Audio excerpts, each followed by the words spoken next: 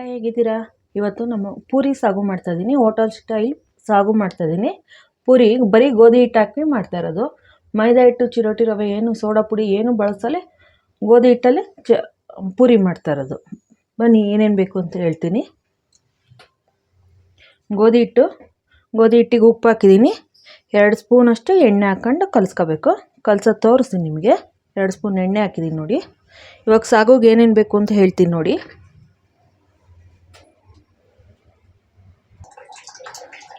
ನಾನು ಬರೀ ಗೋಧಿ ಹಿಟ್ಟಲ್ಲೇ ಮಾಡ್ತಾ ಇರೋದು. ಉಪ್ಪು ಎಣ್ಣೆ ಹಾಕ್ಕೊಂಡಿದ್ದೀನಿ. ಚೆನ್ನಾಗಿ ಮಿಕ್ಸ್ ಮಾಡ್ಕೊಳ್ಳಿ. ಮೈದಾ ಬಳಸಬಾರ್ದು ಅಂತಾರಲ್ಲ, ಹಂಗಾಗಿ ಬರೀ ಗೋಧಿ ಹಿಟ್ಟಲ್ಲೇ ಮಾಡ್ತಾಯಿದ್ದೀನಿ ನಾನು.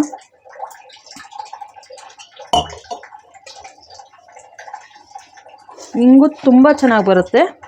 ನಿಮಗೆ ದೊಡ್ಡದು ಬೇಕು ಅಂದರೆ ದೊಡ್ಡದು ಮಾಡ್ಕೊಬೋದು, ಸಣ್ಣ ಬೇಕು ಅಂದರೆ ಸಣ್ಣ ಮಾಡ್ಕೊಬೋದು.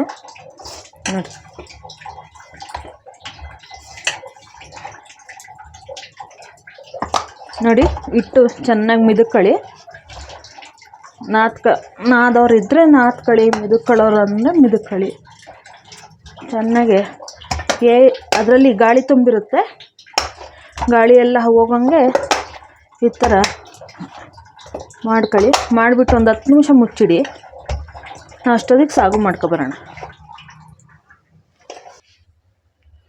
ನೋಡಿ ಸಾಗುಗೆ ಬೇಕಾಗಿರೋದು ಐಟಮ್ಸ್ ಹೇಳ್ತೀನಿ ನೋಡಿ. ಫಸ್ಟು ತರಕಾರಿ, ಆಲೂಗಡ್ಡೆ 1, ಗೆಡ್ಡೆಕೋಸು, ನವಿಲುಕೋಸು ಅಂತಾರೆ, ಅದು 2, ಈರುಳ್ಳಿ 2, ಕ್ಯಾರೆಟ್ 2, ಬೀನ್ಸು 1/4 kg ಅಷ್ಟು, ನೆನೆಸಿಟ್ಟಿರೋ ಹಸಿ ಬಟಾಣಿ. ಇಷ್ಟು ಹಾಕಲ್ಲ, ಸ್ವಲ್ಪ ಹಾಕ್ತೀನಿ, ನೆನೆಸಿಟ್ಕೊಂಡಿರ್ತೀನಿ.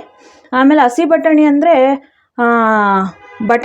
ಒಣಗಿರೋ ಬಟಾಣಿನ ನೆನೆಸಿ ಇಟ್ಟಿರೋದ್ರಿಂದ ಇದು ಹಸಿ ಬಟಾಣಿ ಅಂತ ಹೇಳ್ತಾಯಿದ್ದೀನಿ. ಹಸಿ ಬಟಾಣಿ ಬರುತ್ತಲ್ಲ, ಹಸಿಪೆ ತೆಗೆದು ಮಾಡೋಂಥದ್ದು, ಆ ಬಟಾಣಿ ಬೇಕಾದ್ರೆ ಹಾಕ್ಕೋಬೋದು ನೀವು. ಅದಕ್ಕೆ ನೋಡಿ ರುಬ್ಬಕ್ಕೆ ಏನೇನು ಬೇಕು ಅಂತ ಮಸಾಲೆ ಹೇಳ್ತೀನಿ. ಗಸಗಸೆ, ಏಲಕ್ಕಿ, ಮರಾಠಿ ಮೊಗ್ಗು, ಚಕ್ಕೆ, 4 ಲವಂಗ, ಸೋಂಪು, ಜಾಪತ್ರೆ,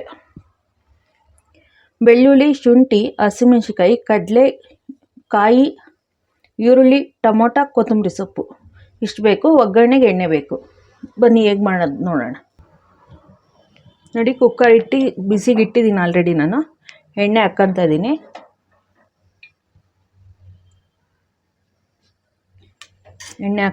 ಎಣ್ಣೆ ಕಾಯ್ತಾ ಇದೆ.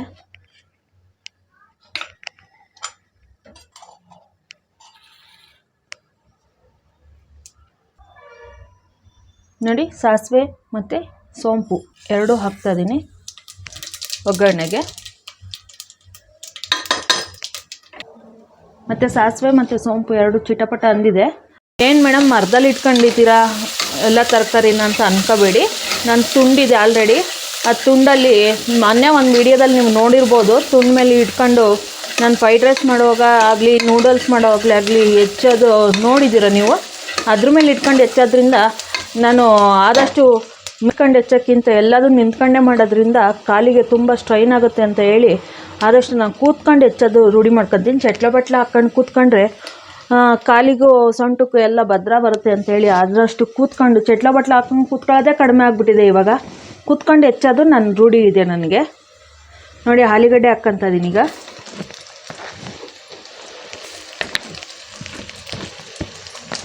ಎಲ್ಲ ಚೇರ್ಗಳು ಬಂದು ಎಲ್ಲ ಚೇರ್ ಮೇಲೆ ಕೂತ್ಕೊಂತೀವಿ ಹೊರತು ಕೆಳಗೆ ಕೂರೋದೇ ಕಡಿಮೆ ಆಗಿದೆ. ಈ ತರಕಾರಿ ಹೆಚ್ಚೋವಾಗ, ಕಾಯಿ ತುರಿಯೋವಾಗ ಮಾತ್ರ ಕೆಳಗೆ ಕೂರೋಣ ಅಂತೇಳಿ ಕೂತ್ಕೊಂತೀವಿ. ಇವಾಗ ಡೈನಿಂಗ್ ಟೇಬಲ್ ಅಂತ ಬಂದ್ಬಿಟ್ಟು ಎಲ್ಲ ಡೈನಿಂಗ್ ಟೇಬಲ್ ಮೇಲೆ ಕೂತ್ಕೊಂಡು ಹೆಚ್ಚೋದ್ರಿಂದ ಪೂಜೆಗೆ ಒಂದಕ್ಕೆ ಕೆಳಗೆ ಕೂರೋದು, ಇನ್ಯಾವುದಕ್ಕೂ ಕೆಳಗೆ ಕೂರಲ್ಲ.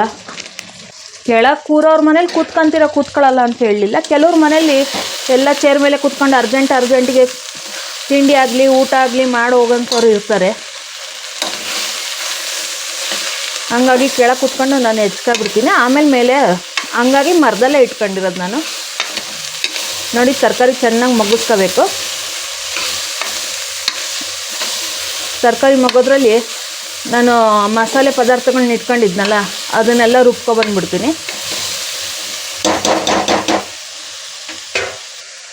ನೋಡಿ ಮಸಾಲೆ ಪದಾರ್ಥಗಳು ಇಟ್ಕೊಂಡಿದ್ನಲ್ಲ ಇಷ್ಟನ್ನು ಹಾಕ್ಕೊತಾ ಇದ್ದೀನಿ.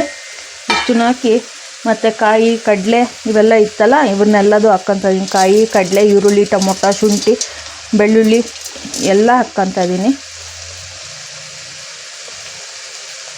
ಹುಳಿ ಬೇಕು ಅನ್ನೋರು ಸಾಗು ಎಲ್ಲ ಆದಮೇಲೆ ಹೋಟೆಲ್ ಸ್ಟೈಲ್ ಸಾಗು ಅಂತ ಹೇಳಿದ್ನಲ್ಲ, ಎಲ್ಲ ಆದಮೇಲೆ ಮನೇಲಿ ತಿನ್ನೋದಾದರೆ ನಿಂಬೆಹಣ್ಣು ಹಿಂಡ್ಕೊಬಿಟ್ಟು ತಿನ್ಬೋದು, ಚೆನ್ನಾಗಿ ಬರುತ್ತೆ. ನೋಡಿ ತರಕಾರಿ ಮೊಗ್ತಾ ಇದೆ ನೋಡಿ, ನೋಡಿ ಮೊಗ್ಗಿದೆ. ನಾನು ಈ ಟೈಮಲ್ಲಿ ಬಟಾಣಿ ಹಾಕ್ಕೊತ ಇದ್ದೀನಿ ನೋಡಿ. ನೆನೆಸಿಟ್ಟಿರೋ ಹಸಿ ಬಟಾಣಿ 2 ಹಿಡಿ ಹಾಕ್ಕೊತ ಇದ್ದೀನಿ. ನಿಮಗೆ ಎಷ್ಟು ಬೇಕೋ ಅಷ್ಟು ಹಾಕೊಳ್ಳಿ. ನಮ್ಮ ಮನೇಲಿ ನಾವು ತಿನ್ನೋದ್ರಿಂದ 2 ಹಿಡಿ ಹಾಕ್ತೀವಿ. ಕೆಲವ್ರು ತಿನ್ನಲ್ವಲ್ಲ, ಅವರು ಕಡಿಮೆ ಹಾಕ್ಕೊಳ್ಳಿ. ನೋಡಿ ಎಲ್ಲ ಮಿಕ್ಸಿ ಒಳಗೆ ಹಾಕ್ಕೊಂಡಿದ್ದೀನಿ. ಇವಾಗ ನುಣ್ಣಗೆ ಮಾಡೋಣ.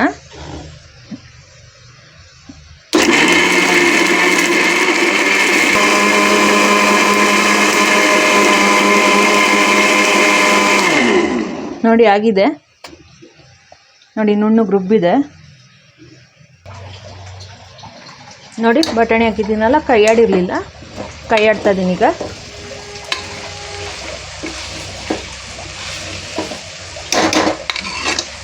ಮಸಾಲೆ ರುಬ್ಬಿರ್ತೀವಲ್ಲ ಅದನ್ನು ಹಾಕ್ಕೊಬಿಟ್ಟು ಕೈ ಆಡೋಣ. ಹಸಿ ಸ್ಮೆಲ್ ಹೋಗೋ ತನಕ ಒಂಚೂರು ಕೈ ಆಡ್ಕೊಳ್ಳಿ. ಹಸಿ ಸ್ಮೆಲ್ಲು ಮಸಾಲೆ ರುಬ್ಬಿರೋದು ಗಮ್ಮ ಅಂತ ಇದೆ ನೋಡಿ. ಇದಕ್ಕೆ ಹಾಕಿದ್ದೀನಿ ಪೂರಿ ಸಾಗು, ಚಪಾತಿಗೆ, ದೋಸೆಗೆ ಎಲ್ಲದಕ್ಕೂ ಸೆಟ್ ಆಗುತ್ತೆ ಈ ಸಾಗು. ಈ ತಟ್ಟೆ ಇಡ್ಲಿ ಅಂತ ಮಾಡ್ತೀವಲ್ಲ, ಆ ತಟ್ಟೆ ಇಡ್ಲಿಗೂ ಚೆನ್ನಾಗಿರುತ್ತೆ ಸಾಗು ನೋಡಿ. ಇದೊಂಚೂರು ಸ್ಮೆಲ್ ಗಮ್ ಅಂತ ಬರ್ತಾ ಇರಲಿ. ಹಸಿ ವಾಸನೆ ಹೋಗೋ ತನಕ ಹುರ್ಕೊಂಡಿದ್ದೀನಿ. ಹುರ್ಕೊಂಡು ಹಾಕಿದ್ರೇ ತುಂಬ ಚೆನ್ನಾಗಿ ಬರೋದು.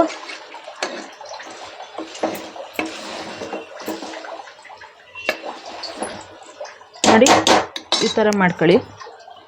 ನೋಡಿ ಮಿಕ್ಸಿಯಲ್ಲಿ ರುಬ್ಕೊಂಡಿದ್ವಲ್ಲ, ಆ ಖಾರದ ನೀರು ಹಾಕ್ಕೊತ ಇದ್ದೀನಿ ಈಗ. ನೋಡಿ ರುಚಿಗೆ ತಕ್ಕಷ್ಟು ಉಪ್ಪು ಇವಾಗಲೇ ಹಾಕ್ತಾಯಿದ್ದೀನಿ.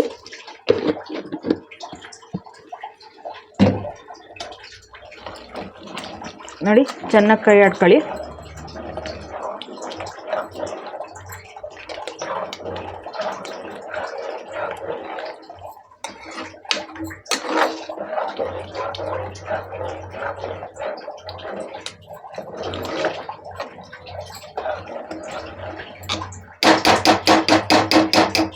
ನೋಡಿ ಒಂದು ಕುದಿ ಬರಲಿ, ಅಷ್ಟೊತ್ತಿಗೆ ಕುಕ್ಕರ್ ಮುಚ್ಚಳ ಹಾಕೋಣ. ನೋಡಿ ಸೈಡೆಲ್ಲ ಕುದಿ ಬರ್ತಾ ಇದೆ. ಕುದಿ ಬರೋವಾಗ ಕುಕ್ಕರ್ ಮುಚ್ಚಳ ಮುಚ್ಚಿ 3 ವಿಷಲ್ ಮಾಡಿಸಿ, ಚೆನ್ನಾಗಿ ಬರುತ್ತೆ. ನೋಡಿ ಮುಚ್ಚಳ ಮುಚ್ಚುತ್ತಾ ಇದ್ದೀನಿ, 3 ವಿಷಲ್ ಬರಬೇಕು. ನೋಡಿ ಬಾಣಲಿ ಇಟ್ಟಿದ್ದೀನಿ, ಎಣ್ಣೆ ಹಾಕ್ಕೊತ ಇದ್ದೀನಿ ಈಗ ಪೂರಿ ಗೋಲ್ಸೋಕ್ಕೆ. ಸಾಗು ಆಗೋಷ್ಟಿಗೆ ಎಣ್ಣೆನೂ ಕಾಯುತ್ತೆ. ಪೂರಿ ಹಿಟ್ಟು ಮಿದ್ಕೊಂಡು ಉಂಡೆ ಮಾಡ್ಕೊಳ್ಳೋಣ ಅಷ್ಟೊತ್ತಿಗೆ. ನೋಡಿ ಹಿಟ್ಟು ಕಲಸಿಟ್ಟಿದ್ವಲ್ಲ, ನಾದ್ಕೊತ ಇದ್ದೀನಿ ಈಗ.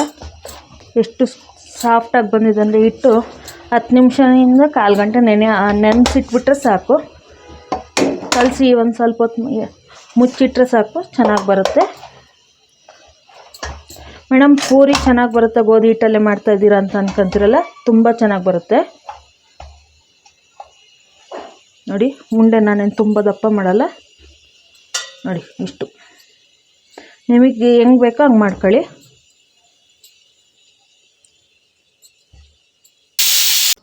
ನೋಡಿ ಉಂಡೆಗಳೆಲ್ಲ ಮಾಡ್ಕೊಂಡಿದ್ದೀನಿ. ನಾನು ಹಿಟ್ಟಾಕಿ ಪೂರಿ ಅರಿಯಲ್ಲ ನೋಡಿ. ಎಣ್ಣೆ ಹಾಕ್ಕೊಂಡು ನೋಡಿ, 2 ಸ್ಪೂನ್ ಎಣ್ಣೆ ಹಾಕ್ಕೊಂಡು ನೋಡಿ, ಎಣ್ಣೆ ಹಾಕ್ಕೊಂಡಿದ್ದೀನಲ್ಲ, ಎಣ್ಣೆಯಲ್ಲಿ ಉಂಡೆಗಳೆಲ್ಲ ಕೈ ಆಡ್ಕೊತಾ ಇದ್ದೀನಿ. ಹಿಂಗೆ ಉಲ್ಡಾಡ್ಸೋದು ಅಂತ ಅಂತಾರೆ, ಆ ಥರ ಉಲ್ಡಾಡಿಸ್ತಾ ಇದ್ದೀನಿ.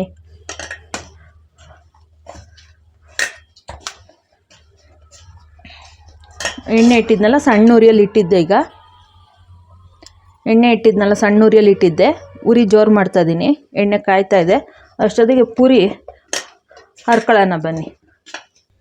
ನೋಡಿ ಉಂಡೆ ಮಾಡ್ಕೊಂಡಿದ್ನಲ್ಲ ನೋಡಿ. ಇವಾಗ ಚಪಾತಿ ಮಣೆ ಇದ್ರೆ ಮಣೆ ಮೇಲೆ ಹರ್ಕೊಳ್ಳಿ, ಇಲ್ಲ ಅಂದರೆ ಈ ಥರ ಕಲ್ಲಿರುತ್ತಲ್ಲ ಕಲ್ಲು ಮೇಲೆ ಹರ್ಕೊಳ್ಳಿ. ನಾನು ಇದಕ್ಕೊಂಚೂರು ಎಣ್ಣೆ ಹಚ್ಕೊಂಡಿದ್ದೀನಿ. ಇದು ಲಟ್ಟಣಿಕೆಗೂ ಎಣ್ಣೆ ಹಚ್ಚಿದ್ದೀನಿ ನೋಡಿ, ಎಷ್ಟು ನೀಟಾಗಿ ಬರುತ್ತೆ. ಹಿಟ್ಟು ಹಾಕಿದ್ರೆ ಏನಾಗುತ್ತೆ ಅಂದರೆ ಎಣ್ಣೆ ಎಲ್ಲ ಗಲೀಜಾಗುತ್ತೆ.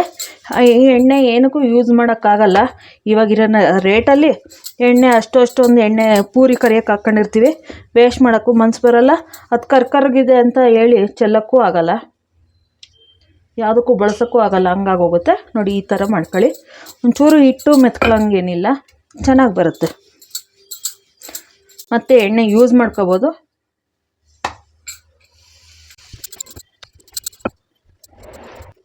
ಕಾದಿದೆ ಇಲ್ಲ ಅನ್ನೋದಕ್ಕೆ ಒಂದು ಸ್ವಲ್ಪ ಹಿಟ್ಟಿನಲ್ಲಿ ಹಿಟ್ಟು ತಗೊಂಡು ಒಂದೇ ಒಂದು ಸಣ್ಣ ಚಿಟಿಕೆ ಸಾಸಿವೆ ಅಷ್ಟು ನೋಡಿ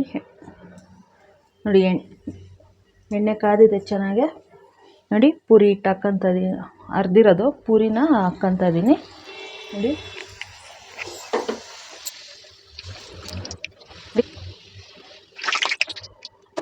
ಪೂರಿ ಆಗಿದೆ ಒಂದು, ಇನ್ನೊಂದು ಹಾಕ್ಕೊತ ಇದ್ದೀನಿ. ನೋಡಿ ಈಗ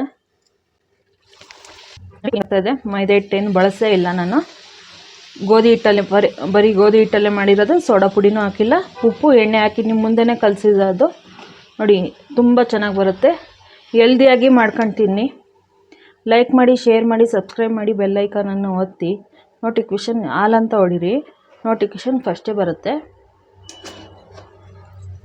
ಪೂರಿ ನೋಡ್ತಿದ್ರೆ ಇನ್ನೂ ಒಂದೆರಡು ಪೂರಿ ತಿನ್ನಬೇಕು ಅಂತ ಅನ್ನಿಸ್ಬೇಕು, ಆ ರೀತಿ ಇರುತ್ತೆ. ನೋಡಿ ಎಣ್ಣೆ ಒಂಚೂರು ಗಲೀಜಾಗಿಲ್ಲ, ಗಲೀಜು ಅಂದರೆ ಕರ್ಕರ್ಗಾಗೋದು ಆ ಥರ ಏನೂ ಆಗಿಲ್ಲ. ನೋಡಿ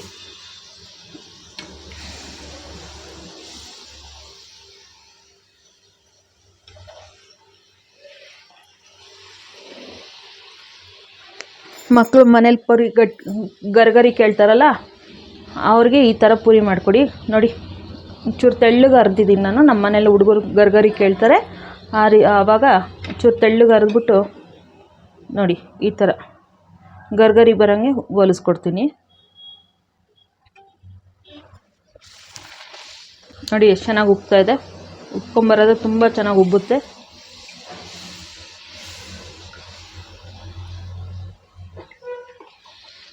ನೋಡಿ ಕಲರು ಎಷ್ಟು ಚೆನ್ನಾಗಿ ಬರ್ತದೆ, ಕಲರು. ಕುಕ್ಕರ್ ಫ್ರೆಝರ್ ಬಿಟ್ಟಿದೆ ಈಗ. ನೋಡಿ ಓಪನ್ ಮಾಡ್ತಾಯಿದ್ದೀನಿ. ನೋಡಿ ಆಗಿದೆ.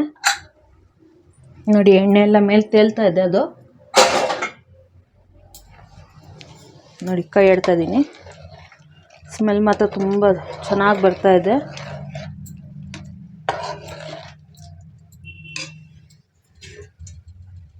ನೋಡಿ ಸಾಗು ತಟ್ಟೆಗೆ ಬಡಿಸ್ತಾ ಇದ್ದೀನಿ, ಪೂರಿ ಸಾಗುಗೆ ತಟ್ಟೆಗೆ ಬಡಿಸ್ತಾ ಇದ್ದೀನಿ. ನೋಡಿ ರುಚಿಕರವಾದ ಆರೋಗ್ಯಕರವಾದ ಮೈದಾ ಹಿಟ್ಟು ಇಲ್ಲದೆ ಗೋಧಿ ಹಿಟ್ಟು ಬಳಸಿ ಮನೆಯಲ್ಲೇ ಮಾಡಿರುವ ಹೋಟೆಲ್ ಸ್ಟೈಲ್ ತರಕಾರಿ ಸಾಗು ನಿಮ್ಮ ಮನೆಯಲ್ಲಿ ಮಾಡಿಕೊಂಡು ಹೇಗಿದೆ ಅಂತ ರುಚಿ ತಿಳಿದುಕೊಂಡು ಹೇಗಿದೆ ಅಂತ ಕಾಮೆಂಟ್ ಮಾಡಿ. ನೋಡಿ ಇವಾಗ ತುಂಬ ಚೆನ್ನಾಗಿದೆ ಪೂರಿ. ನೋಡಿ ಇಲ್ಲಿ ಇಡ್ತಾ ಇದ್ದೀನಿ, ಇವಾಗ ತೋರಿಸ್ತೀನಿ, ನಾನು ತಿನ್ನೋದು ತೋರಿಸ್ತೀನಿ ನಿಮಗೆ. ನೋಡಿ ಓಪನ್ ಮಾಡ್ತಾಯಿದ್ದೀನಿ, ಎಷ್ಟು ಚೆನ್ನಾಗಿ ಬಂದಿದೆ ನೋಡಿ. ನೋಡಿ ಎಷ್ಟು ಚೆನ್ನಾಗಿ ಬಂದಿದೆ. ಒಂಚೂರು ಎಣ್ಣೆ ಎಳ್ದಿಲ್ಲ, ಎಣ್ಣೆ ಎಳೆಯುತ್ತೆ ಅಂತಾರಲ್ಲ, ಎಣ್ಣೆ ಎಳ್ದಿಲ್ಲ. ನೋಡಿ ಪೂರಿಯಲ್ಲಿ ಎಣ್ಣೆ ಅಂಶ ಅನ್ನೋದೇ ಇಲ್ಲ. ನೋಡಿ ಕೈಯಲ್ಲಿ ಅಂದರೆ ನಾನು ಹಿಟ್ಟು ಇದು ಮಾಡಿದ್ನಲ್ಲ ಅದ್ರದ್ದು ಎಣ್ಣೆ ಇರೋದು, ಪೂರಿ ಎಣ್ಣೆ ಇಲ್ಲ. ನೋಡಿ ಇವಾಗ ಒಂದು ಬೈಟ್ ತಾಣ್ತೀನಿ ನಿಮ್ಮ ಮುಂದೆನೇ, ಹೇಗಿದೆ ಅಂತ ತಿಂದು ಹೇಳ್ಬಿಡ್ತೀನಿ. ನೋಡಿ ಈಗ ಬಿಸಿ ಬಿಸಿ ಇದೆ.